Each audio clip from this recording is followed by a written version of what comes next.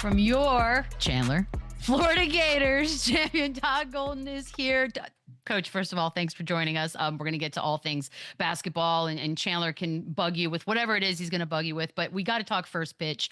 In the sports world, anytime anybody gets to throw out a first pitch at a Cubs game, no less, by the way, kind of the holy this grail. wasn't great. This wasn't awesome. Let's go. Let's go. Bad, man. It wasn't good, but it wasn't that bad either. I'm catching a lot of flack over this. Let me see. And, let's see here. That's that's not awful. bad. You got across the plate. That's what I said. It didn't bounce. I didn't airmail it. It was in the right-hand batter's box, but I'm like no warm-ups, no nothing. Like let's. It's not my specialty. All right, I got it there. No, that It ain't is bad, nerve-wracking, Coach. I'm That ain't sure. bad at By the way, all. were you ever considering White Sox, or was it always Cubs? How does that decision work? I was born and raised in Phoenix, Arizona, and I was a huge Cubs fan growing up. Baseball and basketball were my two things. We didn't have the Diamondbacks until the mid-'90s, so my first 10 years, I grew up going to spring training in Mesa at Ho-Ho-Com and then WGN watching the Cubs every day growing up. So that was a pretty special experience for me, and being able to bring my son was pretty awesome also. That's really good. Coach, obviously, big congrats are in order here. The Gator boys are back on top, the Natty champs. You get the contract extension this summer. All is well in the world. Just kind of walk us through just the roller coaster that you've been on, kind of even going back to the end of that game. That was just ridiculous to now. How is life for you since then?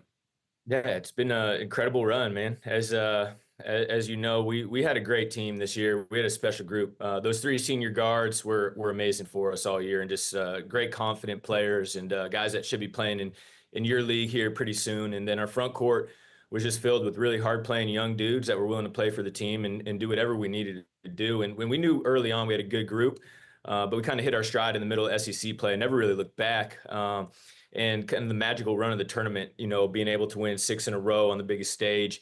It was pretty funny.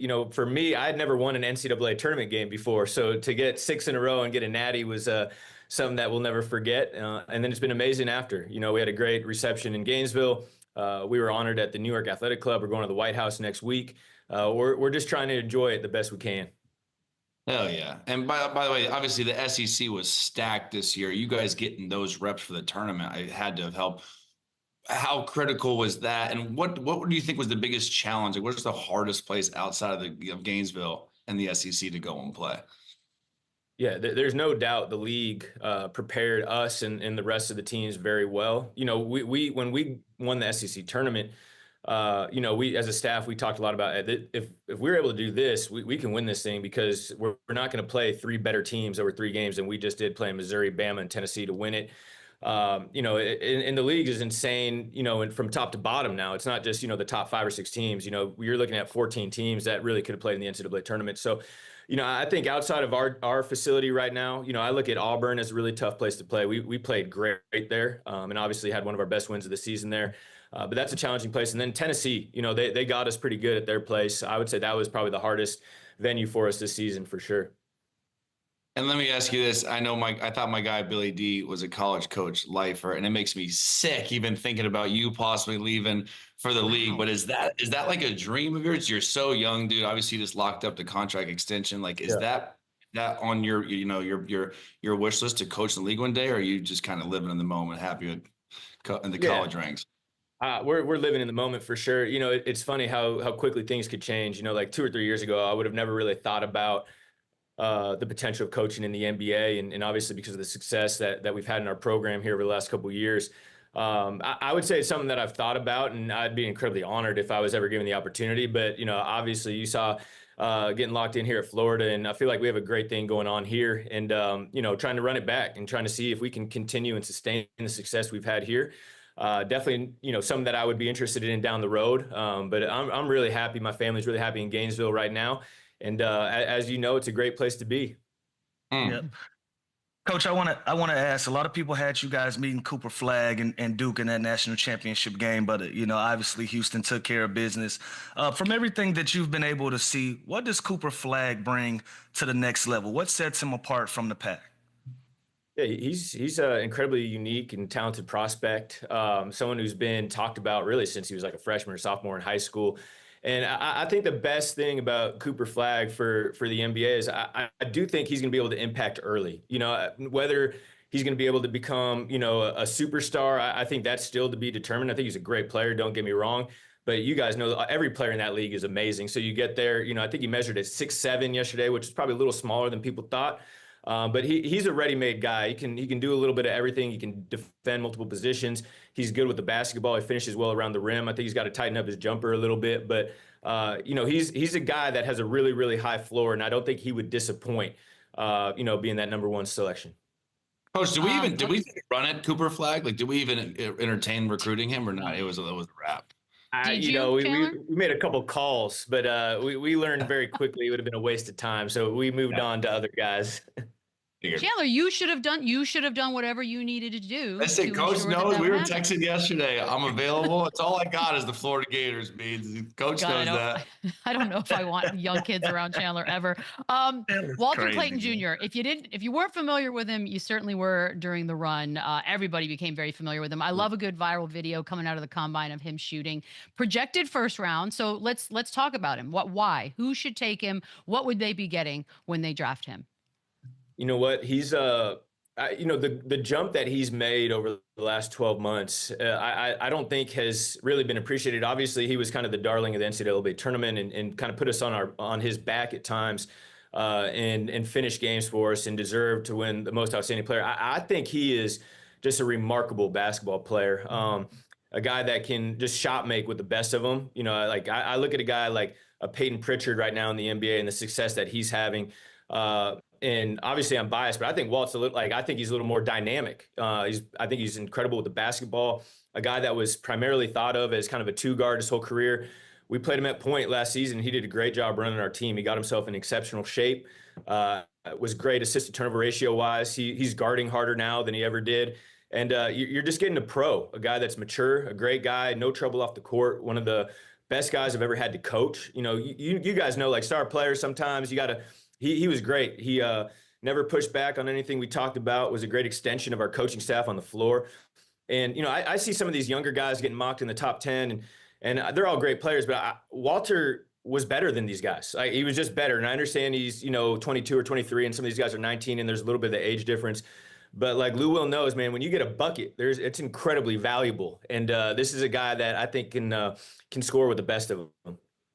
Yeah, that's what's crazy is as good as his college career was, like they almost I feel like the league looks at him like this is who he is. It's less sexy than a 19-year-old where maybe the sky is the limit and there's more potential there. But if I'm a GM, don't I want a guy right now that can come and help my team win and can shoot the ball like he can shoot and do all these different things you're talking about? And I love the Payton Pritchard, comp. Is there anyone else outside of that? Like you saw the Dame and the Steph during the tournament. I'm like, we'd slow down a little bit, but obviously he can shoot it. I think we're somewhere in between on Dame and Steph are, they're max players, right? And then you got Payton Pritchard who is playing fantastic basketball on a great deal for the Celtics. And you ask what teams, I think one of the teams that always wins will figure it out and take them, whether that's like a Boston or an OKC. I know the Magic really like them, and they got 2 picks in the first round. But I think one of those teams that really values a winning player, a guy that has a really good attitude and has won at the highest level in college. I think somebody will figure it out in a big way, and hopefully will select him close to that lottery. Yeah. On the flip side, Coach, we've seen a lot of guys withdraw from the NBA draft, and they're going back to school. From your conversations in recruiting these young guys, how much has NIL been a part of that conversation and that process? Everything. Everything. When the decision that guys like Chandler had to make however many years ago was like, all right, do I go to the NBA and start my career and start getting paid real money, or do I go back to college where my earning potential is zero? Like I can't get paid, right? And so there was a big conversation that a lot of people had to have. And now these guys, their conversation is, all right, do I go try to, get in the lottery or get in that top half of the first round? Or do I go back to college and get a couple $1 million and be the big man on campus and get to be a college kid for another year? That NIL factor makes these decisions a lot more difficult for these guys. It makes going back to college a lot more appealing. And, it's the wild, wild west a little bit, and we have to put some guardrails up and figure it out. But it is definitely great for the health of college basketball because you have these guys that could go to the NBA and would be potential first-round picks, which, 10 years ago, they'd be gone for sure. Now they're coming back to college, and I think it's making our product a lot better. Yeah, there's a huge gray area that I'm sure that'll be shored up. But from your vantage point, what are the best parts of the NIL and what are the worst parts of the NIL right now? Well, the best parts are that these student athletes are getting compensated, for the work that they're doing, on top of their scholarship. And, for me, I'm a little old school in the sense of like, I value the scholarship a lot still. When you get, a $60,000 or $70,000 value to attend a place like Florida and you get all your meals and your room and your board paid for, that has to be accounted for. But the money in college it continues to climb. The TV deals, we're similar to the NBA, and I think the players deserve a piece of that pie, and they're starting to get it now. The tough parts about it is there's very little regulation around it in regards to, the transfer legislation is really tough to work with. These guys it's basically free agency every year. Like we can't lock guys up for 2 or 3 years. They get to, if they have a good year, they can go in the portal and for lack of a better term, test between you and somebody else and see what they're willing to give you. It's hard to invest in freshmen because they can leave after their first year. You want guys that want to come in and kind of learn and grow and be a part of it. They're 18 and the guys that are playing are 23, 24. But after a year, you can put all this energy and effort into them and they can leave. And so I think having a little more, regulation around the transferring would be really beneficial. And we need to get to a point where we can collectively bargain like you guys have always done with the NBA. But the inability to make these guys employees has kind of been an issue that way. I think we got to find that middle ground where we can do a little something like that. Yeah, and it's got to be even tougher, right? For like a mid-major school, you win mid-major player of the year. Like, there's no way you're going back to that school. Like, you're going to transfer it to, you're out. So like it's hard for them to keep up. Obviously, with Walter gone, the 3 guards, Martin, Pritchard, we've added some talent, and I think we're going to keep going, and we're going to keep. Is there anything else what's the final touch that we need to go back to back here, Coach? You know what? We're still working on it, man. We're close, I think, to add in impactful player that I think might help us get over the top. I think Alex Condon's decision will be really important. He's testing right now and he's getting mocked kind of late first, but he's got a great opportunity waiting for him back here at Florida. The fact that Tommy Houck is coming back, they're best friends. I think that's really valuable for us, and I think that might help. If Kondo has a tough decision to make here in the next week or so. But if we can kind of put these couple pieces together, then I'd be confident that we have a roster that can compete. And as you know, all you can really do is kind of put yourself in that arena. Then you got to catch some breaks. But that would be a team that could compete to kind of get back into that arena of playing late into March. Coach, this has been awesome. Chandler, do you want to do the proper goodbye? I want to look like a poser. I know this is like, yeah. And Chandler, you were so proud today, man. It was good to see you. Yeah, come on. Say goodbye properly. Coach, I love it. Let's keep going. You got my number. Hit me. I know we got to talk here about some stuff, so call me. Go Gators. Don't let him around the children, Coach. Don't let him around the children. Thank you guys for having me. This has been a blast. Appreciate y'all. Go Gators. Run it back, yeah. Run it up, run it back, run it up, run it back, run it up, run it back, run it up.